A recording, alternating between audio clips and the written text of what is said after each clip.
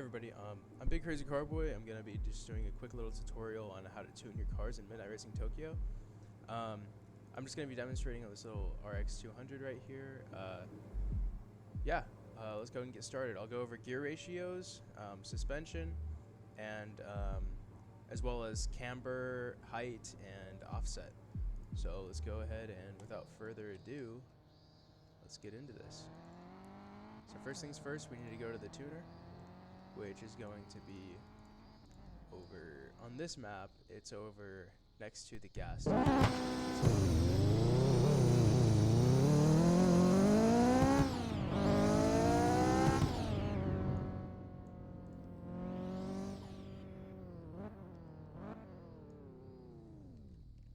Alright, so here we are. Let's go ahead and delete that car. So the first thing you'll see when you get into the tuner is that there's these menus on the left, and there's 4 of them. One is for gears, one is for coils, one is for the stance, and one is for offset. So we're going to start on the gears menu because this one is probably the one that you guys are all struggling with the most. So I'm going to go ahead and purchase this. The first thing you'll notice is this graph that appears on the right side. So this might not all make sense to you right now, but I'll explain it later as we go through what all of these do. So these are all of the settings we can adjust. There's a 1 setting per gear on the car. So some cars are 6 speeds, you'll have an extra option down here. Some are 4, you'll only have 4. But for each gear on the car, you'll have a gear, and then you'll also have this final drive value. What the final drive value is basically a ratio that applies to all of the gears uniformly. So if I change the final drive to be a bigger number, then you will have a lower top speed but a faster acceleration. And if I change it to be a lower number, then you'll have a really high top speed but a really low acceleration. So the whole idea of tuning gear ratios is finding that perfect balance of acceleration and top speed. Where do you want it to top out at, and where do you want it to accelerate faster at? So if we take a look at these ratios down here, on the horizontal axis, we have the max speed, and you can see it says 219. So the fastest this car can go, assuming that there's no wind resistance, is 219 kilometers per hour. So let's go ahead and change this number to be, let's go 4. So you'll see this changes to 309. So now the theoretical max speed is 309, but the car will accelerate slower because we have dropped this number, and it now means that every gear is longer. So as a general rule of thumb, you can say bigger number means small gear, smaller number means bigger gear. So if we go ahead and apply that logic to individual gears as well, then you'll be able to really tune up the car and make it into something really, really special and very in touch with whatever track you're trying to drive it on. So let me go ahead and demonstrate what this max speed looks like. If I go ahead and give this a final drive of 2 and then exit, and then I'll go ahead and spawn in the car.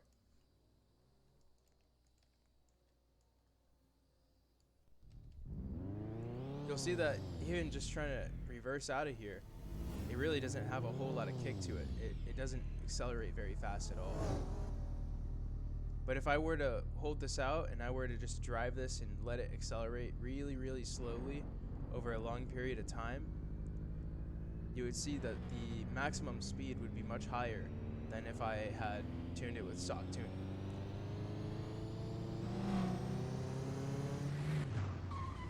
Just go and spin this car back. Come on. All right, I'll cut this and see you guys over at the shop.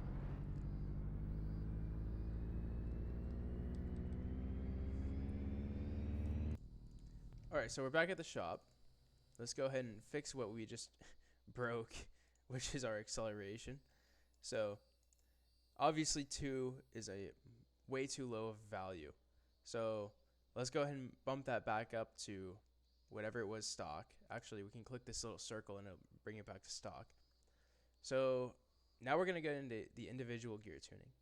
So if I were to, for instance, make gear 2 really long compared to where it is right now. Sorry, I went the wrong way.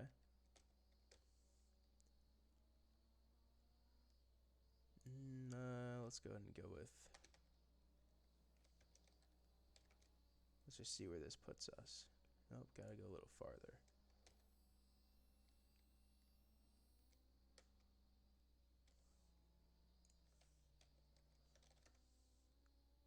Okay, so we can see on this gear ratio graph that gear 1 is the same length as it was before, but now gear 2 is really long.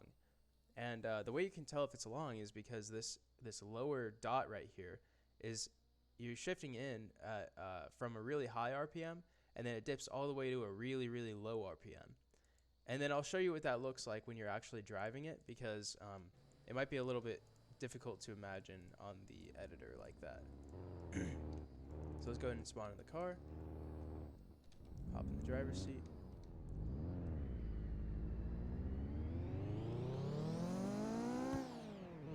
See how far that dips versus third gear barely dips at all. So the longer the more amount of RPM that gets dipped, the more RPMs that the car dips when it shifts, the longer the gear. So once again, I'll go ahead and drive back and I'll describe it as so that dropped all the way to like 35 versus these shifts, which are really, really short. So let's go ahead and go back to the editor and I'll show you guys. You can look at the graph again. So there you go. This is second gear. We drop really low, and then third gear is really short, and then fourth gear is a little bit longer, but still pretty short. So now you can see how this sort of pans out. But now the question is, well, how far do we want the revs to dip when we shift? Like, I mean, the car is going to be, you know, we have to know somehow. So the way that we know is we use this graph up here. This is called a dyno, and it shows us the horsepower and torque curves. So on a combustion engine, the horsepower and the torque are not constantly just flat values. You might hear an engine has like 300 horsepower, for instance, right? But really, that engine only makes that horsepower at one specific RPM. And after that, before that RPM and after that RPM, depending on a lot of things, it'll be making less power than that. That's just the maximum amount of power is the horsepower rating for the motor. So, and same with torque. Torque will change. Obviously, as you can see, as we get a higher RPM, the torque goes down, and there's less torque at these values. So we want to tap into this upper side of the horsepower curve when we're building a race car. We want to, with a stock car, you're really looking just at the speeds, because the horsepower doesn't really matter all that much. I mean, you're just driving with everybody else. But when you're in a race car, you really want to be tapping into this high amount of power up here. So let's go ahead and I'll teach you guys how to do that. This is the RPM on the gear ratio graph, and this is the RPM on the dyno graph. So you want to find a place on the dyno where it looks like a good place to shift to, or it looks like a good amount of horsepower. So let's say right here. We're at 4,900 right here. So now we're going to come down here, and we want to drop to 4,900, which is going to be right around here. So for our second gear, we're currently dipping to 3,900. We want to go to 4,900. So we want that 1,000 RPM higher when we shift into second gear. So the way to do that is we have to shorten the gear. So let's go ahead and play around with it a little bit. I'll go a little bit farther than that, maybe 8.5. We're getting pretty close, 48.11. Let's go ahead and go 1.86. Let's go 1.87. Ah, come on. 8.7. There we go. Now we're getting real close. 1.9 question mark? There we go, 49.41. So that's close enough. It doesn't have to be exact. But now Where does that leave this gear? Well, as you can see, it's become a lot longer now because our third gear is now topping out at a lower top speed, and we can't just immediately shift into third like we were before. So we're going to go ahead and shorten up third gear in order to make it drop to about the same RPM. But something to keep in mind is that when you're tuning these gear ratios, as the car accelerates and becomes faster, the amount of acceleration that you can get goes down. So the way that we combat that is we make these gear ratios, basically, we drop a lower amount of RPM on each shift as the car gets faster. And you'll see what that looks like in a second as I tune this thing. So here's the third gear. We're going to go ahead and give that maybe 1.4. Yeah, that looks good. So see how it's a little bit higher than the one before it? This is a good change in the amount of RPM. So we're going to, instead of dropping to 49.41 again, we're going to drop to 51.58 RPM. And then we can rinse and repeat for these other gears. So for gear 4, let's go ahead and 1.1 maybe. Yeah. And then gear 5, we're going to go for, let's see, that's a little too short. Let's go with, there we go. So you get this nice looking little shape right here on your gear ratio graph. And as you can see, we lost a little bit of top speed, but that's okay. As long as you have this shape right here, then what you can do is you can just go back to your final drive. Oops, I meant to type 5.4. You can change your final drive to be whatever the max speed that you want is. So in this case, let's try and make it about 250 kilometers per hour. So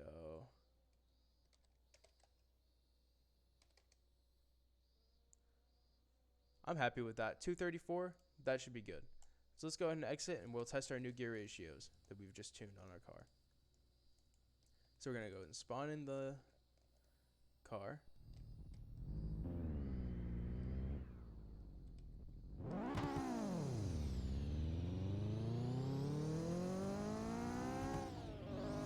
See how the second gear now drops less than it had before? And we're trying to keep this RPM in the red, pretty much. We're trying to keep our needle in the red. That'll give us the most amount of power. And it looks like we've done a pretty good job of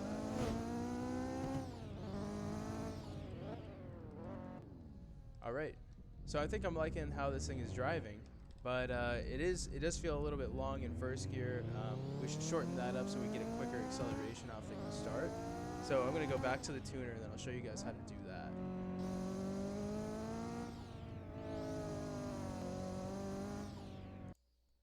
Alright guys, so we're back at the tuner. Let's go ahead and hop back into our gear ratios. And right now gear 1 is at 2.69. So this is actually really, really long for a first gear. I'm going to go ahead and shorten it to about, let's try 3.5. Maybe a little bit more. Let's go with like maybe 3.7, 3.8. We're just playing around with it, you know. I mean, this is how tuning is done. You don't know until you try it. So for second gear, we're gonna go ahead and try and drop it to I think it was 4,900 again, right? So let's go ahead and what was I at, 1.9? So let's go ahead and go with 2.5. Yeah, that's pretty close. And then with the third gear, we got to remember every time we change the gear in front of it, it makes this gear longer. So we have to gradually go through all of them, and we have to change them all to be back to a good value, because otherwise the car won't drive properly.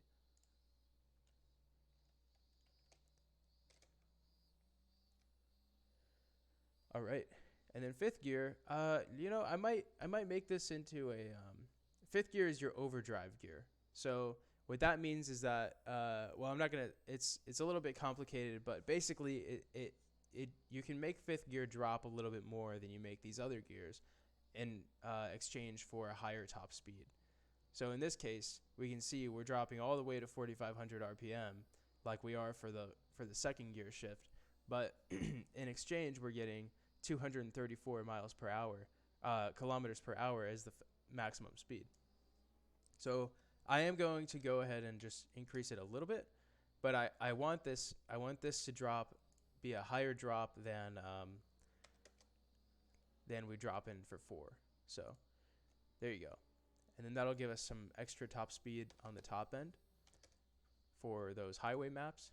And because this is Otsuki, if I were building this car specifically for Otsuki, you really don't need a whole lot of top speed because you'll never be able to reach it on these tight corners.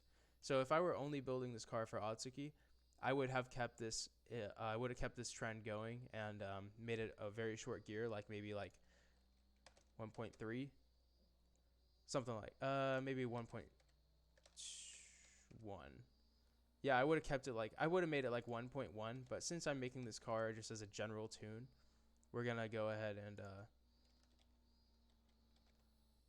we're gonna make that gear into an overdrive gear like that. So let's go ahead and exit. Spawn in the car.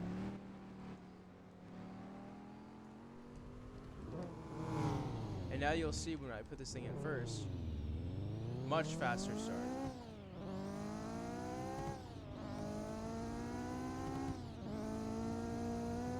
Notice how our rev dips when we shift are gradually getting to be lesser values, or it's dropping less per gear. So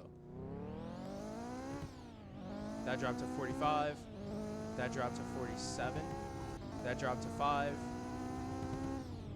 and then that dropped all the way back to 40, like 400 RPM. So hopefully this helps. The reason why like I said, fifth gear is an overdrive gear. That's why we wanted to drop farther, because then we get a higher maximum speed out of it. But hopefully this video helps you guys in understanding how gear ratios work on a car. And yeah, now let's go ahead and pause the video and we'll get into the suspension section. All right, guys. So we're back in the tuner, and I'm gonna be honest with you. I do not know as much about suspension as I know about gear ratios, but the suspension I do know is a crucial factor in all kinds of spirited driving. And the general rule is the stiffer your suspension, the less car your body will roll. So body roll is when the frame, sways from side to side on corners because of, like you ever see like a truck or a big SUV take a corner, the top wants to roll over. So being lower to the ground and having a stiffer suspension setup will make that body roll less. It'll lessen that body roll. So when you're tuning your car for racing, we want to have the least amount of body roll possible. Pretty much. It's going to be an uncomfortable ride for the driver, but in a motorsports, you don't care about that. So in order to make that on our car, we can increase the stiffness, and this will change the actual stiffness, but it doesn't change the dampening, which is a different value. Dampening is like if stiffness is the strength, then dampening is the initial shock impact. So when you have an initial shock impact on like a speed bump, for example, that's your dampening. But the stiffness is the actual strength of the coils, the type of metal that they use, or the alloy that makes it as strong enough to hold the car up. So if we have super stiff suspension like this, then we want to have probably not a lot of dampening, we probably want like stock dampening. But really, you'll have to play around with these values a lot more than you have to play around the gear ratios. The gear ratios you have to play around with, but these ones really are kind of guess and test almost. But there are some tips I can give you. If you're trying to build a drift car, then you want the back to roll because you want the momentum from the back to carry the car's movement. But you want the front to stay stiff because you want the back wheels to spin out and go around the front wheels. So you would basically make the back end as loose as possible. So maybe a 1500 stiffness. Probably more than that. Probably like 2750. At some point, the wheels start going up because the coils can't hold the weight of the car anymore. But for a drift car, you want it to be pretty much at the bottom of the spectrum, and then the front you want it to be like at the top. So it would be like 10,000. And then for dampening, you can leave those as stock. But yeah, that's pretty much it for the suspension tuning. You can play around with these values. I wish I had more to tell you, but it's really just guess and test. And I'm sure somebody's gonna yell at me for that. I mean, there's all kinds of methods people use to tune these values, but it's a personal preference kind of thing, and it also is very dependent on where you're driving, what car you're using, things like that. So you're gonna have to learn these ones pretty much on your own. But that's as much as I can. That's as much information as I really can give you. As far as this goes, your height and your suspension actually go well along pretty well because your height, when you drop the height, this puts the wheels closer to the car, which means that the car is going to sit. Oops, that's camber. It means that the car is going to sit much closer to the ground, and it lowers the center of mass. So when you have a lower center of mass, I'll go back to the SUV example where you're taking a corner and it tries to roll. The higher that weight, the more the car is going to try to roll. Because if you ever turn a wrench, right? If you try to turn the wrench from the center of the wrench, really, really close to what we're going to call the ground, the base of the wrench, it's always really hard to turn. But if you turn it from far away, then it's easy to turn. Well, in the case of a car, our wheels touching ground is like the base of that wrench. And the arm of the wrench is the body of the car, and where you're pushing from is the roof. So if the roof is really, really high up, then it means that you're pushing on the car from a longer arm of the wrench. And having a car's body roll works no differently. The weight that is up at the top of the car is going to try and push the car over. And if it's higher weight, then it has an easier job doing that. So if we lower the car, then it's going to be harder for the car to roll, and it acts as a way, it complements the suspension tuning to drop the height of the car. As for camber, camber changes your surface area of the wheels on the ground. So if I drop the camber to -10, you can see only this corner is touching the ground now. In real life, it also changes tire wear patterns. So if you want it to wear on the insides first, because you're going to be taking sharp corners or something, then the rubber tire would fold over, and you would basically be able to take sharper corners. In midnight racing, it doesn't really work that way because we don't have rubber physics, but it does look really, really cool, and you can play around with it and see if it fits on your builds. So let's go ahead and reset those. The last one is wheel offset. So if we change our horizontal offset to be something ridiculous, then as you can see, these wheels are now way farther out. We have a much wider wheelbase, and that means that our handling is going to be better.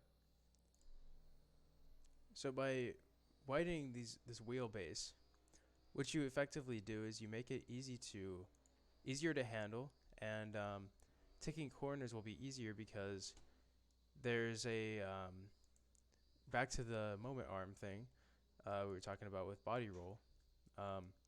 There's a less leverage that the car's body has over the wheelbase to roll it. So taking corners with a wide wheelbase will always be preferable than to taking corners with a narrow wheelbase. So there's your little tutorial on tuning in midnight racing.